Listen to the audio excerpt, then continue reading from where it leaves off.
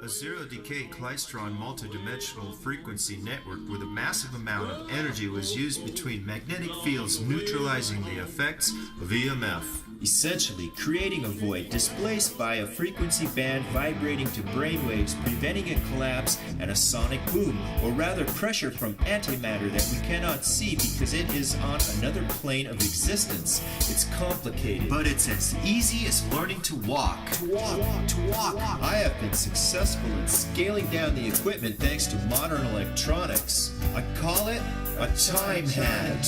It taps unlimited power from the electrical grid via satellite, 5G technology, and basically a cell phone. If you plug it into your head,